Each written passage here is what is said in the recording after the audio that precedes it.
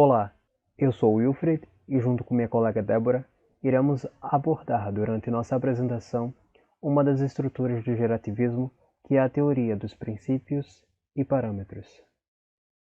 Com a evolução da linguística gerativa no início dos anos 80, a ideia de competência linguística como sistema de regras específicas cedeu lugar à hipótese da gramática universal. Mas o que seria essa gramática? Para Chomsky, é um sistema de princípios, condições e regras que constitui elementos ou características de todas as linguagens humanas, não apenas por acaso, mas por necessidade. Assim, a AGU pode ser considerada como exprimindo a essência da linguagem humana. Temos que ela é uma teoria do conhecimento e não do comportamento, pois ela se preocupa com a estrutura interna da mente humana. Temos também que ela sustenta que o falante conhece um conjunto de princípios e parâmetros, e ela faz sugestões precisas sobre a propriedade da mente baseadas em evidências específicas. E temos também que a importância dela é sua tentativa de integração. Como dito anteriormente, para procurar descrever a natureza e o funcionamento da gramática universal, a linguística gerativa formulou uma teoria chamada de princípios e parâmetros. Desse modo, é possível entender por princípio como sendo as propriedades gramaticais que são válidas para todas as línguas naturais. Seria uma regularidade existente entre todas as línguas naturais, à medida que parâmetros deve ser compreendido como sendo as possibilidades de variação entre as línguas. Essas possibilidades, entretanto, seriam limitadas de forma binária, havendo apenas duas possibilidades de configurações para elas. De acordo com Chomsky, a linguagem ela tem propriedade inata e, portanto, em uma esquematização simplificada como esta, é possível observar como se daria a aquisição da linguagem de acordo com essa teoria, onde, através dos dados primários da linguagem, representados aqui pelas siglas PLD, atuam como input externo para o dispositivo da aquisição da linguagem, representados aqui por LAD, que possui uma especificação para os princípios e parâmetros e utiliza PLD, que seria o input externo, para obter os parâmetros particulares específicos, o que gera, por sua vez, a gramática da língua que está sendo aprendida. Segundo a teoria, a gramática universal é o estágio inicial da aquisição da linguagem, onde esse estágio seria formado por dois elementos. Seriam eles, o primeiro, os princípios, que seriam universais e comum a todas as línguas, e segundo, os parâmetros, que seriam particulares e ainda não formados pelos indivíduos em sua língua externa.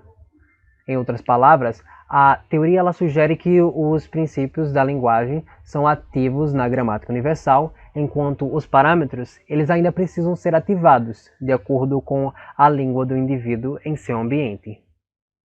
Os princípios podem ser caracterizados, portanto, como sendo rígido, invariável e universais. E uma analogia interessante para melhor compreensão pode ser feita ao comparar, de grosso modo, a linguagem e um conjunto de interruptores, como os interruptores de luz que temos em casa, por exemplo.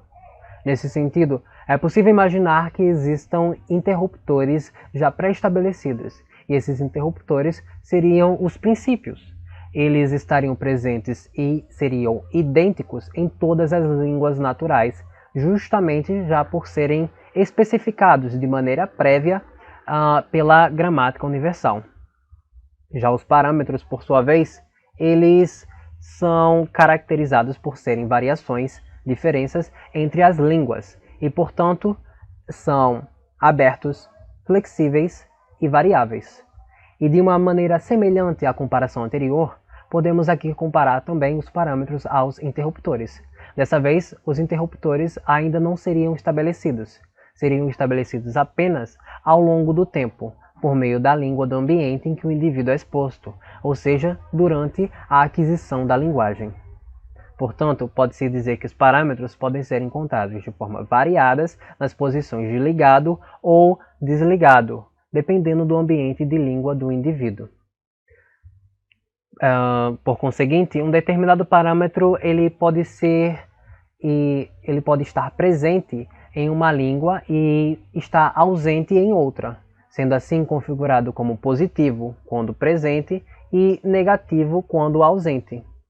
Entretanto, é importante lembrar que, por ser de caráter binário, os parâmetros eles não podem ser especificados senão por alguma das duas possibilidades, ou seja, positivo ou negativo.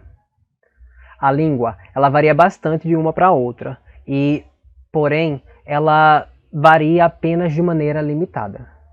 A seguir, exemplificaremos melhor os princípios e parâmetros. O primeiro princípio que trouxemos para exemplificar foi o princípio da dependência de estrutura. Nesse princípio, as estruturas profundas são preservadas por uma transformação de movimento, que simplesmente reformula a frase. Vejamos um exemplo. Fábio estrangulou o príncipe Jamal. Essa frase pode ser transformada em o príncipe Jamal foi estrangulado por Fábio. Podemos perceber que o significado das duas frases é o mesmo, porque a estrutura profunda permaneceu. Apenas o que mudou foi a estrutura da superfície. E para isso é utilizado uma palavra auxiliar, que nesse caso foi o por. No segundo exemplo, trouxemos o princípio da projeção. Nesse, a gama de elementos sintáticos que a unidade lexal combina pode ser projetada. E esse princípio também é utilizado para derivação de frases. Vejamos aqui um exemplo. O verbo estrangular, separado do sujeito, ele tem uma obrigação, que seu sujeito ele deve aparecer na frase. Temos aqui, Fábio estrangulou o príncipe Jamal. O outro princípio que trouxemos é o princípio do sujeito. Nele, toda sentença da língua humana tem uma posição de sujeito. Temos aqui um exemplo em português. Eu li um livro essa semana e temos o sujeito eu. Na segunda frase, em inglês, Adam is a good boss, temos o sujeito Adam. Um conjunto finito de parâmetros determina a variabilidade sintática que existe entre as línguas. Um exemplo seria o parâmetro de sujeito nulo. Algumas línguas terão sua configuração marcada como positiva para esse parâmetro e outras terão sua configuração marcada como negativa, indicando que esse parâmetro não está ativo em sua estrutura. Algumas línguas, como o português, por exemplo, têm essa possibilidade, que existam ambos os sujeitos presentes nas frases, como também frases com esses sujeitos determinados como ocultos, ou indeterminados, ou simplesmente nulos. Vejamos alguns exemplos aqui de diferentes línguas em que tal parâmetro é aplicado. Na frase em inglês, ate the pie, temos o pronome he oculto, e isso configura a língua como uma língua sujeito nulo marcado como negativo, visto que a frase está marcada como agramatical, tendo em vista que o inglês não é uma língua que permite tal parâmetro em sua estrutura. A frase correta, gramaticalmente, seria He ate the pie, com o sujeito presente em sua frase. No segundo exemplo, temos a frase em espanhol, comió la torta, onde o pronome él está oculto. A frase ela é marcada como gramatical justamente por a língua espanhola ser uma língua onde o sujeito nulo é marcado como positiva, ou seja, a estrutura é gramaticalmente correta, tendo em vista que esse parâmetro está presente como ativo no espanhol. Na frase da letra C, temos a frase payo tabeta, em japonês, onde o sujeito karewa está oculto. Nesse caso, a língua japonesa, assim como a espanhola, também é configurada como uma língua mais sujeito nulo, onde tal parâmetro ele também é configurado como ativo em sua estrutura, fazendo com que o sujeito nulo seja uma característica permitida em ambos o espanhol e também no japonês. Mais adiante, veremos outros exemplos de parâmetros.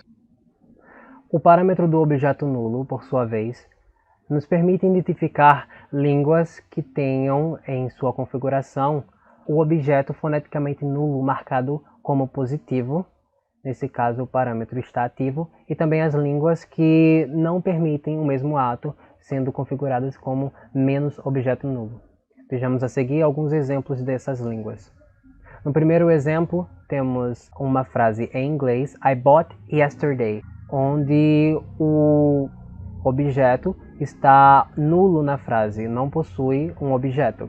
A frase, consequentemente, foi marcada como agramatical, justamente porque o inglês é uma língua menos objeto nulo, o que não a configura como um parâmetro do objeto nulo ativo.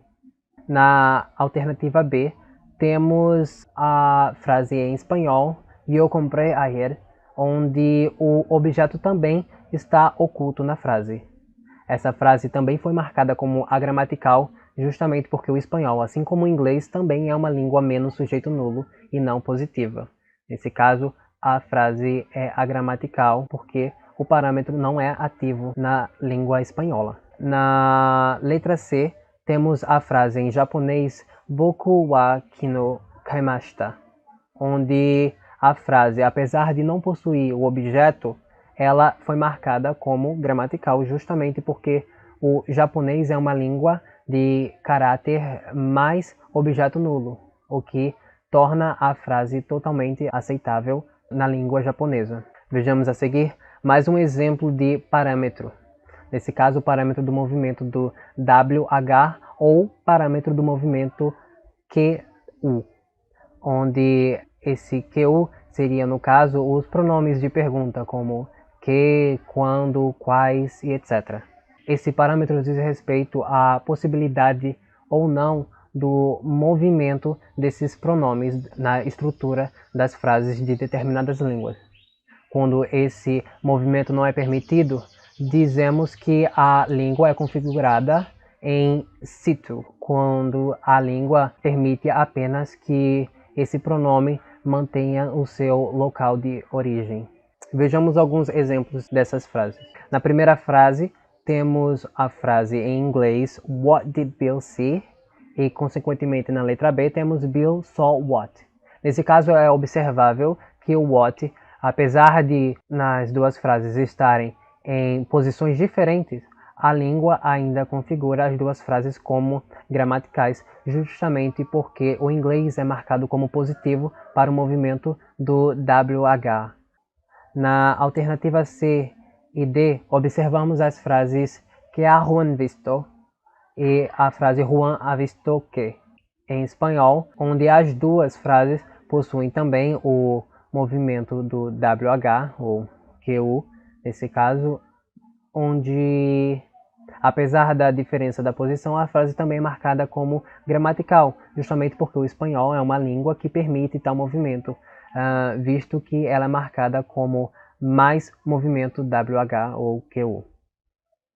Nas alternativas E e F, entretanto, vemos que a frase em japonês Biro wa nani wo mita ka e nani wo biro wa mita ka, em japonês, a segunda frase, a letra F, é marcada como agramatical justamente porque é uma língua menos movimento WH, o que significa dizer que é uma língua in situ, nesse caso, porque o pronome deve permanecer no seu local de origem e não ter esse movimento, porque não tem o parâmetro marcado como ativo na sua língua. Além dos parâmetros aqui citados, é importante lembrar que existem vários outros parâmetros, tais como os parâmetros de mapeamento nominal, os parâmetros de vários verbos e os parâmetros de proeminência de tópico. Por fim, vemos que a combinação da gramática universal junto com a teoria de princípios e parâmetros leva a uma teoria geral complexa, com várias subteorias, mas ao mesmo tempo cria uma nova simplificação, que o conhecimento da linguagem se resume a variações em pequenos números de propriedades. E essas foram nossas referências. Obrigado pela atenção.